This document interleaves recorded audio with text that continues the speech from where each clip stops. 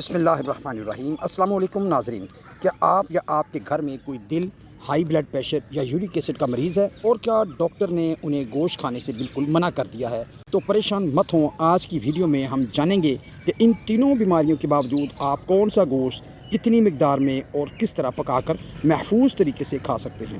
تو دوستو ویڈیو کو آخر تک لازمی دیکھیے گا کیونکہ آخری ٹپ آپ کی صحت بدل سکتی ہے۔ تو ناظرین، عام طور پر سمجھا جاتا ہے کہ اگر یورک ایسڈ یا بلڈ پریشر بڑھ جائے تو گوشت کا نام بھی نہیں لینا چاہیے، لیکن سائنسی حقیقت یہ ہے کہ ہمارے جسم کو پروٹین کی ضرورت ہوتی ہے۔ مسئلہ گوشت میں نہیں بلکہ گوشت کے انتخاب اور اسے پکانے کے طریقے میں ہے۔ دوستو، اگر آپ غلط گوشت کھاتے ہیں تو اس میں موجود چربی دل کی شریانوں کو بند کرتی ہے، نمک بلڈ پریشر کو بڑھاتا ہے اور پیورین نامی کیمیکل یورک ایسڈ کو ہائی کر کے جوڑوں میں شدید درد کا باعث بنتا ہے۔ تو پھر حل کیا ہے، آئیے جانتے ہیں 3 آسان ٹپس میں۔ تو دوستو، اس حوالے سے جو ہمارا پہلا سٹیپ ہے کہ سب سے پہلے ریڈ میٹ یعنی بڑے اور چھوٹے گوشت سے پرہیز کریں۔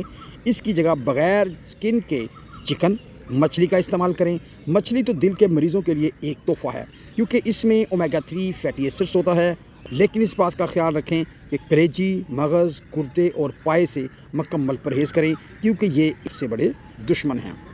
دوستو، سٹیپس 2 کے حوالے سے آپ کو بتاتا چلوں کہ گوشت کو گھی یا بہت زیادہ تیل میں فرائی ہرگز نہ کریں، بلکہ اسے سٹیم کریں، بیک کریں یا ہلکے زیتون کے تیل میں گرل کریں تو زیادہ بہتر رہے گا۔ سب سے اہم بات، سالن میں نمک برائے نام رکھیں اور یورک ایسڈ کے مریض گوشت کا شوربہ یا یخنی بالکل نہ کھائیں کیونکہ گوشت کا سارا یورک ایسڈ ابلنے کے دوران شوربے میں ہی آ جاتا ہے۔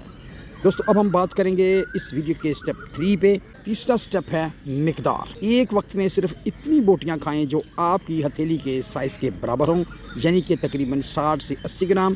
روزانہ گوشت کھانے کی بجائے ہفتے میں 2 یا 3 بار ہی گوشت کا استعمال کریں۔ دوستو، اب میں نے جو آپ سے کہا تھا کہ آپ کے ساتھ ایک بونس ٹپ شیئر کروں گا، تو دوستو آج کی بونس ٹپ یہ ہے کہ جب بھی گوشت کھائیں اس پر لیموں کا رس لازمی نچوڑ لیں۔ لیموں کا وٹامن سی یورک ایسڈ کو کم کرتا ہے اور گوشت کھانے کے بعد پانی کا زیادہ استعمال کریں تاکہ یورک ایسڈ باڈی سے فلش آؤٹ ہو جائے۔ دوستو، اگر آپ کو آج کی یہ معلوماتی ویڈیو پسند آئی ہو تو اسے لائک کریں، اپنے دوستوں کے ساتھ شیئر کریں اور ہمارے چینل کو سبسکرائب کرنا بالکل نہ بھولیں۔